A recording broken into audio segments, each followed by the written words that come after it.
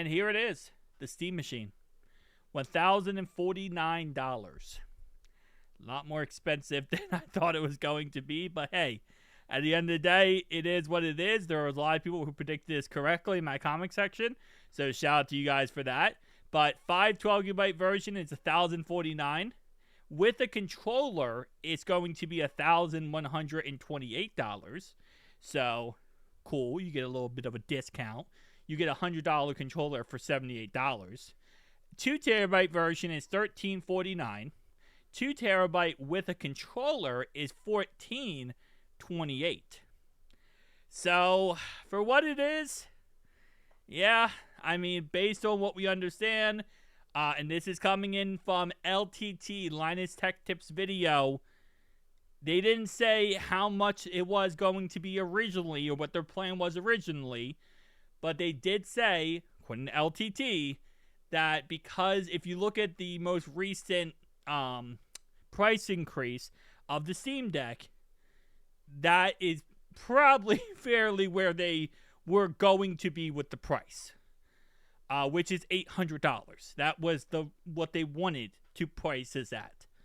Obviously, it didn't work out in the end. Again, check out Linus Tech Tips video, his review of this.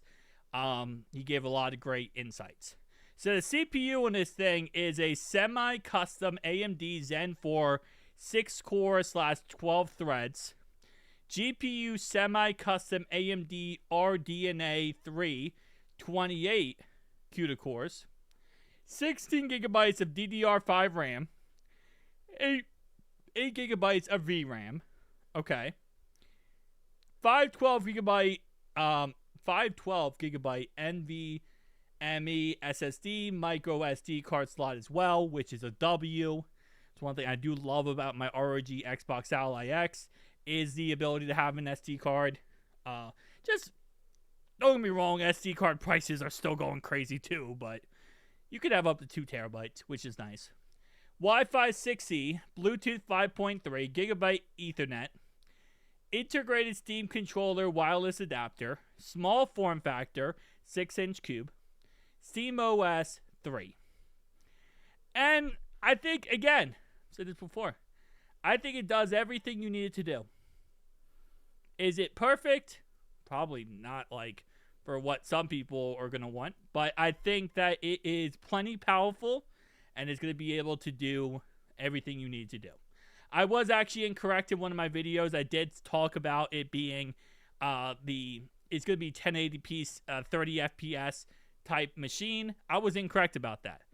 That was the lowest standard for it to get a Steam Machine badge on Steam. It has to be 1080p 30 FPS. That's a run at that for any game to get the Steam Machine badge.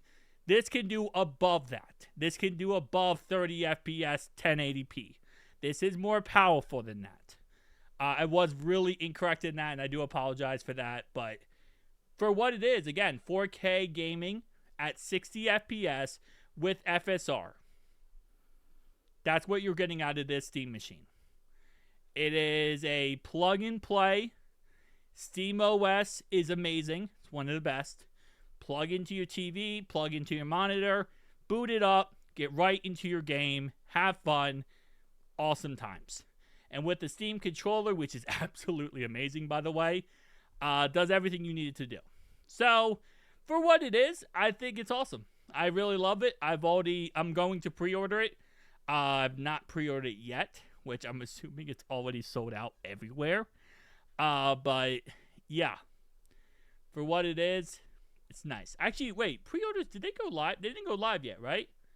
No. June 25th. This date is closed and randomized. Receive an email results shortly after. Okay, so yeah, June 25th. I thought it wasn't pre-ordered yet. Yeah, so you just have to join the list, which I'll probably just get the 512GB version. I'm gonna do with controller. I'm not doing 2 terabytes. I'm just gonna probably get an external drive and plug it in. I'm not gonna do that. I do have a 2 terabyte micro SD card, so I'll probably do that. But yeah, so I think PT, so I'm EST, so that's what? It's 3 hours, so it's like 1 p.m. On June 25th. So I am pre-ordering this. I am going to get it. I'm going to review it on the channel. I'm excited for it. Should be a fun time. Yeah. So tell me down below your thoughts, opinions. What are you thinking about this?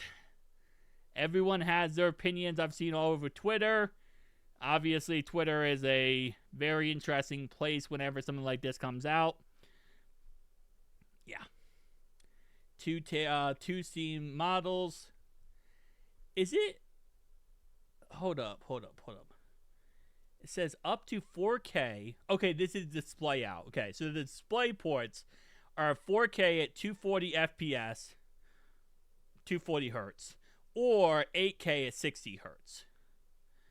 HDMI 2.0 up to 4K 120 FPS for the HDMI ports. So the display ports obviously a little bit more bandwidth than the HDMI ports. Yeah, wow. I'm kind of just amazed because it's my first time actually looking at all the specs and stuff live on this video right now. So tell me down below your thoughts, opinions. See you guys next one. Peace out.